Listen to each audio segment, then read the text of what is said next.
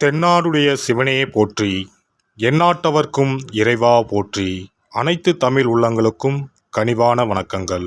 நிகழும் ஸ்ரீ மங்களகரமான சோபகிருது ஆண்டு தை மாதம் 18ஆம் தேதி வியாழக்கிழமை அன்று சஷ்டி திதியில் சித்திரை நட்சத்திரத்தில் திருதி நாமயோகத்தில் வணிசை கரணத்தில் சித்தயோகம் கூடிய நன்னாளில் இந்த சீர்மிகு பிப்ரவரி மாதம் பிறக்கிறது.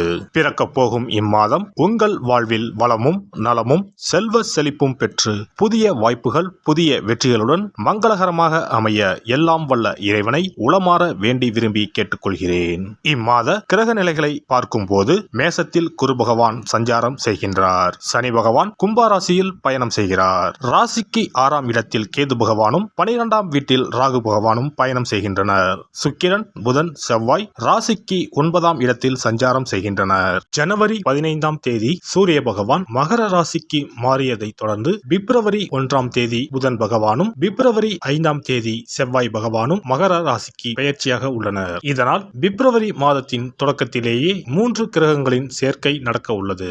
மகர ராசியில் சூரியனுடன் புதன் இணைவதால் புதாதித்ய யோகமும் சூரியனுடன் செவ்வாய் இணைவதால் ஆதித்ய மங்கள ராஜயோகமும் உருவாகிறது. இந்த கிரக அமைப்பினால் உங்கள் வாழ்வில் ஏற்படக்கூடிய சுபம் மற்றும் அசுப பலன்கள் என்ன என்பதனை விரிவாக காண்போம். இதுவரை ஆபத்தில் சிக்கி சீரழிந்த உங்கள் வாழ்க்கை பயணம் மாறப்போகிறது. இப்படியும் ஒரு வாழ்க்கையா என மனக்கசப்பில் வாழ்ந்து வந்த உங்களுக்கு இனி வசந்தம் வீசப்போகிறது. இனி யமனே உங்கள் எதிரில் வந்தாலும் சிவனின் அருளால் எதிர்த்து நின்று போராடும் பலம் உங்களை வந்து சேரும். உங்கள் பிறப்பு ஒரு சாபக்கேடு அல்ல, அது சரித்திரம் படைக்கும். தனுசு ராசி அன்பர்களே, சுக்கிரன் புதன் ஆகியோர் மட்டுமே இம்மாதம் நன்மை செய்யும் நிலையில் இருக்கிறார்கள். குடும்பத்தில் உற்சாகமான சூழ்நிலையே காணப்படும். பிள்ளைகளின் பிடிவாத போக்கு மாறும். உங்கள் அறிவுரைகளை கேட்டு அதன்படி நடப்பார்கள். சிலருக்கு பிள்ளைகள் வழியில் பொருள் வரவுக்கும் வாய்ப்பு உண்டு. புதிய ஆடை ஆபரணங்கள் சேரும். விருந்து விசேஷங்களில் கலந்து கொள்ளும் வாய்ப்பு உண்டாகும். கணவன் மனைவிக்கு இடையே கருத்து வேறுபாடு ஏற்படக்கூடும் என்பதால் ஒருவருக்கு ஒருவர் விட்டு கொடுத்து செல்வது நல்லது. வெளி வட்டாரத்தில் மதிப்பும் மரியாதையும் கூடும். அரசாங்க விவகாரங்கள் இழுபறிக்கு பிறகு சாதகமாக முடியும். திருமணம் வளைகாப்பு போன்ற சுப நிகழ்ச்சிகள் நல்லபடி நடைபெறும். உறவினர்கள் வருகையால் வீட்டில் மகிழ்ச்சி நிலவும். ஆனால் குடும்பத்தில் சில பிரச்சனைகள் ஏற்பட்டு நீங்கும்.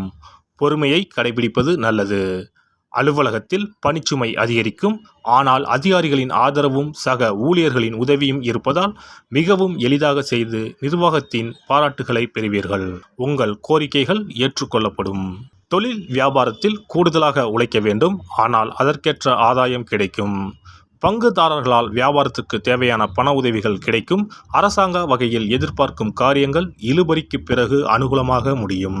கலைத்துறையை சேர்ந்த அன்பர்களுக்கு பெரிய நிறுவனங்களில் இருந்து அழைப்பு வரும். புதிய ஒப்பந்தங்கள் கையெழுத்தாகும். புகழும் கௌரவமும் அதிகரிக்கும். ரசிகர்கள் மத்தியில் உங்களின் செல்வாக்கு கூடும். மாணவ மாணவியருக்கு படிப்பில் இருந்த தேக்க நிலை மாறும். பாடங்களை ஆர்வத்துடன் கவனிப்பீர்கள்.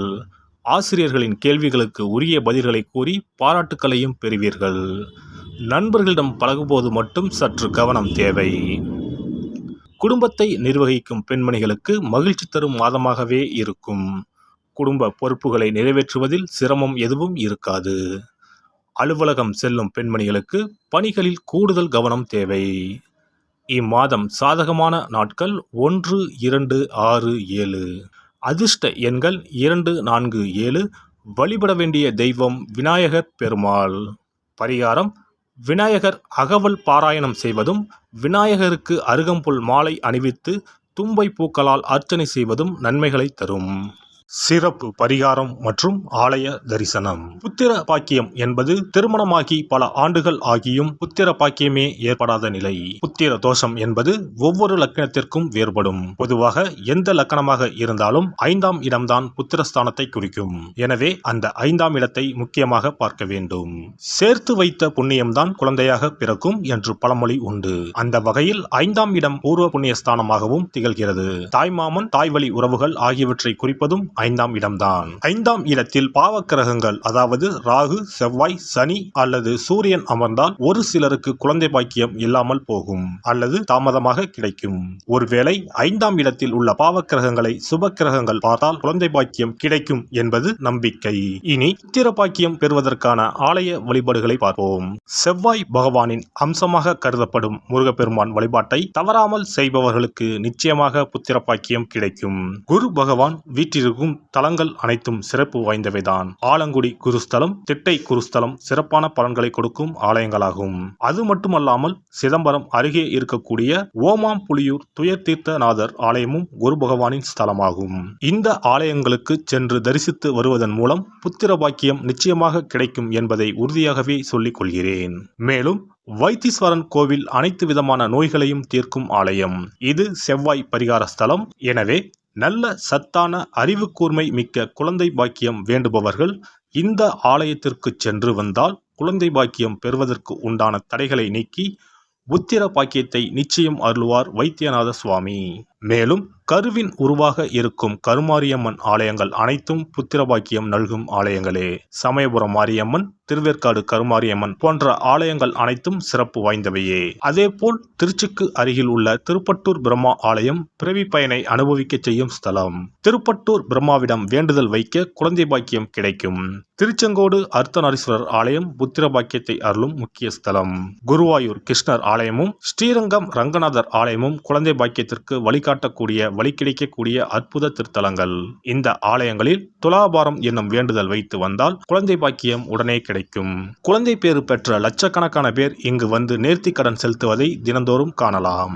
அதேபோல் அத்தி மரத்தை நட்டு வளர்த்து வருவதும் அத்தி மரத்தை பேணி காப்பதும் குழந்தை பாக்கியத்தை தரும். தான தர்மங்களும் புத்திர பாக்கியத்தை தரும். அக்கம் பக்கம் உள்ள குழந்தைகளுக்கு உணவு வழங்குதல், இனிப்புகள் வழங்குதல் போன்ற செயல்கள் புத்திர பாக்கியத்தை தரக்கூடியதாகும். துர்க்கை வழிபாடும் முருகப்பெருமான் வழிபாடும் சிறந்த பரிகார முறைகள். அதிகாலை நேரத்தில் அரச மரத்தை 48 முறை சுற்றி வருவதன் மூலமும் குழந்தை பாக்கியம் நிச்சயம் உண்டாகும். எறும்பு புற்றுக்கு வெல்லம் பொட்டுக்கடலை கலந்து தருவதால் 1000 பேருக்கு அன்னதானம் செய்த பலன் வந்து சேரும். கர்ப்பிணிகளுக்கு அவர்கள் விரும்புவதை வாங்கி கொடுத்து அவர்களை மகிழ்ச்சிப்படுத்துவதன் மூலம் அவர்களுடைய ஆசீர்வாதம் கிடைக்க பெற்று குழந்தை பாக்கியம் கிடைக்கும் என்பது உண்மை. புத்திர தோஷம் உள்ளவர்கள் முதியோர் காப்பகங்களில் உள்ள முதியோருக்கு உணவு உடை வழங்கி அவர்களின் ஆசியை பெற்றால் புத்திர பாக்கியம் கிடைக்கும். மேற்கண்ட ஆலய பரிகாரங்களை முறையாக செய்து நம்பிக்கையோடு வணங்கி வந்தால் குழந்தை பாக்கியம் நிச்சயம் கிடைக்கும். எல்லாம் வல்ல இறையருளால் நீங்களும் உங்கள் அன்பு குடும்பமும் உடல் நலம், நீலாயுள், நிறை செல்வம், உயர் புகழ், மெய்ஞானம் ஓங்கி வாழ்க வளமுடன். இந்த வீடியோ பதிவு உங்களுக்கு பிடித்திருந்தால் லைக் பண்ணுங்க, கமெண்ட் பண்ணுங்க, ஷேர் பண்ணுங்க, மறக்காம சப்ஸ்கிரைப் பண்ணுங்க, பக்கத்துல இருக்கிற பெல் பட்டனை கிளிக் பண்ணுங்க. நன்றி, வணக்கம். ஓம் நமச்சிவாய, சிவாய நம.